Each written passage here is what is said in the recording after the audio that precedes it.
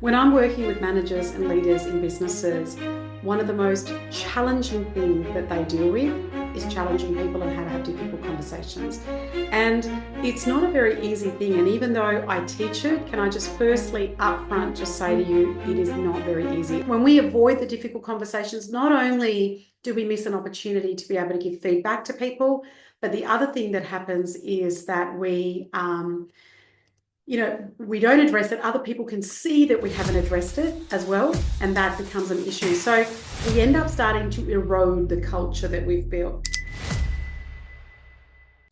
Hi, everybody, and welcome to the Passion Institute podcast. I'm really excited to be your host and talk to you today about difficult conversations made easy.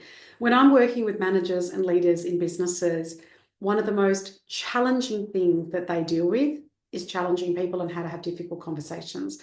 And it's not a very easy thing. And even though I teach it, can I just firstly upfront just say to you, it is not very easy. I've been having challenging conversations for a long time. Initially it started off in my family, which I'll share in a moment, then in the corporate world, then running my own businesses, then with teams and other businesses.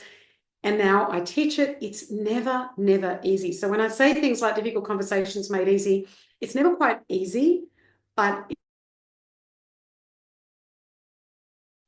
I just wanted to share a little bit about me. When I grew up in a household which was very Indian, and very much what your parents say is what you must do, or even not just your parents, but even people that are elder to you. So when they ask you for different things, you did them and you didn't question it. One of the things that happened, though, at the age of 11, my parents decided to move and from India to Australia. So as I came as part of this new culture, what became interesting was, I've got these friends that are constantly arguing with their parents, swearing at their parents, which was pretty rude. So I still don't, even though I'm much older, I still don't swear in front of my parents. I do now stand up, and if I don't believe in something, I will actually raise that with them.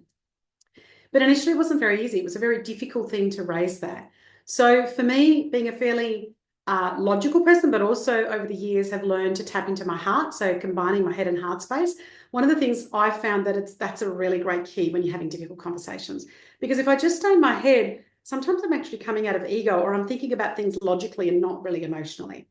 But at the same time, if I'm just thinking from my heart, and I'm just thinking about all the things that I'm emotionally triggered by, or emotionally, this is a great way to sell this particular thing, I'm not actually appealing to the head.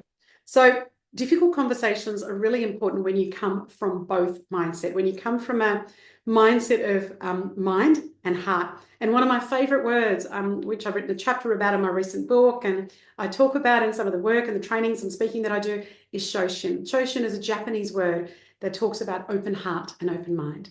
And so it's important that when you want to have difficult conversations, you come in with a shoshin mindset. You come in with an open heart and also an open mind.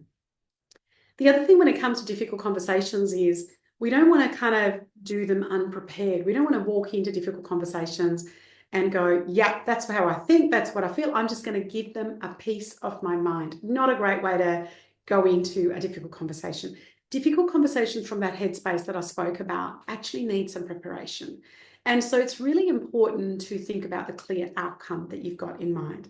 So I use the GROW model a lot, which is the original model that I saw, even though a lot of people claim that it's theirs. The first time I saw that was 25 years ago in a book called The Tao of Coaching, TAO of Coaching, by Max Landsberg. And he talked about the fact that GROW is the acronym for goals and what's your outcome, what your reality is, where you are now. The O is for options, and the W is willingness and your attitude to be able to put something in action, and how committed are you to doing so. So the G part of the GROW model is really the important part here when difficult conversations. You really want to have a clear outcome of what it is that you're actually trying to get to, and what is your goal, what's the ideal outcome at the end of it. Now, you might not get to your ideal outcome, but at least you go into the conversation prepared. The hard part of difficult conversations is really about empathy. When I have an open heart, I'm more empathetic. When I have an open heart, I am a much more active listener. And when I do those two things, if there is some tension that arises either within me or the other person I'm speaking to, then I'm able to diffuse it a little bit better. I'm able address it a little bit better because I've got that open heart and I've got that empathy and that active listening happening as well. And the other thing that I do when we're having difficult conversations is I let people know. I don't want it to be difficult and they've got to kind of work out that it's a difficult conversation. I know that sounds really simple, but sometimes I will start off with things around, hey, I wanted to have this conversation with you. It is a really difficult conversation for me. It might not be a difficult conversation for you, but it's a bit challenging for me. And I really wanted to talk to you about X, Y, Z. Let them know up front. Don't leave them guessing, or at least, even if it's not challenging for them or difficult for them, at least you're kind of owning it. You're letting them know that it's a challenging conversation, a difficult conversation for you. And as you go through, for example, that difficult, that grow model in that difficult conversation. So what's your goal that we've just talked about? Where are we at now? So you would then use that and say, hey, where we are at now is X, Y, Z. From my perspective, do you have a different perspective on that? The options that I see are, or even in the options part, you might actually even start off by saying, hey, where do you think, what are some of the other options, or what are some of the options that you can think of? I've got a couple of ideas. What are the thoughts that you have around that? So what you end up doing is you're creating this difficult conversation using a coaching methodology. And when you do that, it gives it a framework. Takes some emotion out of it, takes some heat out of it. And you're able to actually address that. And when we start generating options, whether the other person or the other people are starting to generate that, or you start to generate that, if they've got no ideas or you want to add to that, then what you're doing is kind of talking through each of those options and saying, okay, how do we actually do that? How do we address that? And the W part is the willingness or the action that you're going to take, your willingness to take action. And sometimes we'll say, well, okay, on a scale of 1 to 10, 10 being I'm sold, and 1 being I'm not quite sold at all, and I'm not sure I'm going to action anything out of these options that we've looked at, is to say on a scale of 1 to 10, where do you sit? And if somebody says 6, you go, okay, well, that's kind of just over the middle of the road. What will it take you to get to 7 or 8? And, what else do you need? What other commitment do you need? Or what other options do we need to, speak about, so you feel like you don't have to be a 10, but just so that you're at that 8, 9, or 10. And so following up and making sure that accountability is in there takes some of that heat out of it.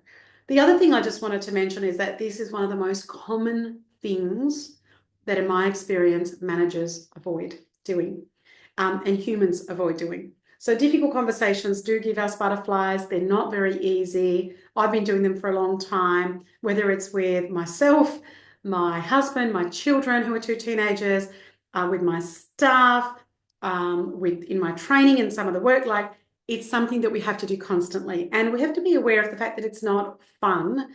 It's never probably going to be fun. And if you're finding difficult and tough conversations fun, I think you might have other challenges around that. But what we want to do is make them easier. It becomes easier with practice.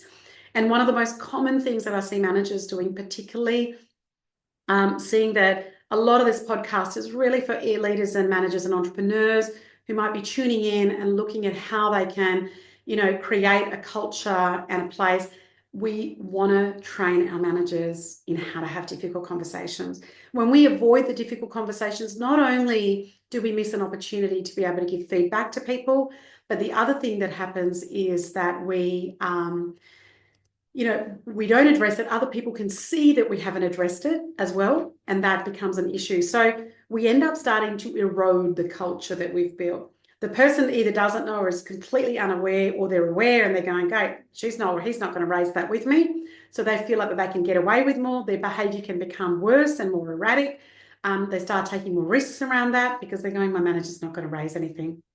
But the other thing that happens is we also see other people starting to raise it, and that becomes an issue as well. So if you really want to continue to grow your culture, please, please, please know that you want to learn, get trained in how to have the difficult conversations so that they become easier with time. Or if you have those skills and some of the things that I've shared with you, let's go and practice them. Please let me know if this is helpful to you. Please give us a rating on the podcast, and any ideas that you have that we can help you create more passion, more high performers, more people that are extraordinary in your workplaces. Please let us know. And we would love to hear your ideas as well. Thanks for tuning in. Thank you for joining us on the Passion Institute podcast. If today's episode sparked a new idea or inspired you to maybe take some action, or helped you see a business in a new light, we would love to hear from you. Don't forget to subscribe. It really helps us present a great show. Leave a review and share this episode with other fellow entrepreneurs and leaders who also are ready to make an impact.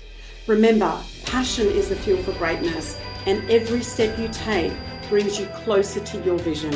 Keep dreaming big, leading with purpose, and making waves in the world.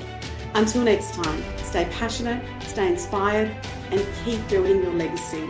This is your host, Shivani, and signing on from the Passion Institute podcast. See you soon.